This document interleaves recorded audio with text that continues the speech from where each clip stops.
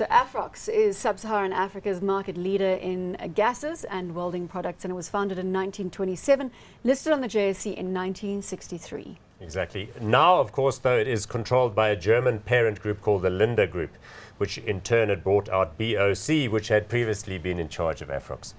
Market cap here, 4.4 billion rand, PE of 35.9, and a dividend yield of 1.8%. I remember chatting about Afrox when there was a gas shortage for the SodaStream machines many years ago. I think it's another gas shortage coming. Is there another gas shortage coming? Yeah, because people are using so much gas now because of Eskom. I actually think there is a gas shortage coming, a different kind of gas, but I think there is a gas shortage coming. Well, let's talk about the company. Exactly, let's talk about the company. So in terms of Afrox, Paul, your overriding thoughts? It's in a world of pain at the moment, so I don't know how it quite got there, but this is a reminder that sometimes when you are the outpost in Southern Africa of a big global group which is making money all over the world, they have no real obligation to do anything for the minority shareholders that doesn't convenience them in one way or another. Look, they've had some management changes.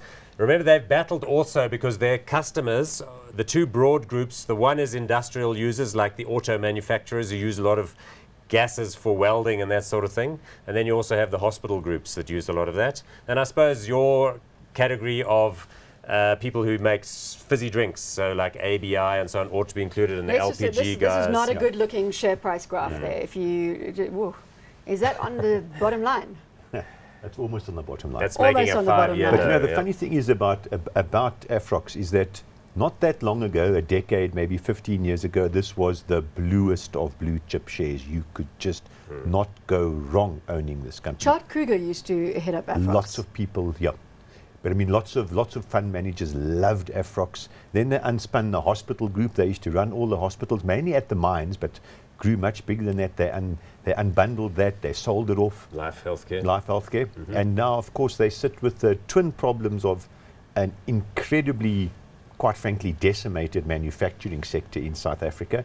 And the mines is also big users of their products, cutting back tremendously. Well, do we have to ask here, is this company going to survive? No, it will survive. Yeah, it does provide a proper service. And in fact, you know, over time, their products is what, you know, a growing South Africa would need. The problem is South Africa is not growing properly. So they are very much tied to our GDP growth rate. No, that's not going anywhere. No. It's not going to shoot the lights out anytime soon from a GDP perspective. Yeah, but I suspect what will happen is that they'll just curtail the business depending on the nature of the requirement and the demand in the different sectors. Brett Kimber, who took over from Chart Kruger, has also now just left the group, and I'm not quite sure who the new CEO is. Will remain that to be seen. But I think as far as minority shareholders are concerned, there's a bit of a investor strike in the sense that there have been many more sellers of the stock than buyers. And for the moment, one can't really see. We've got to call it hot or not, Wayne? Hot. Paul, hot or not? Nope.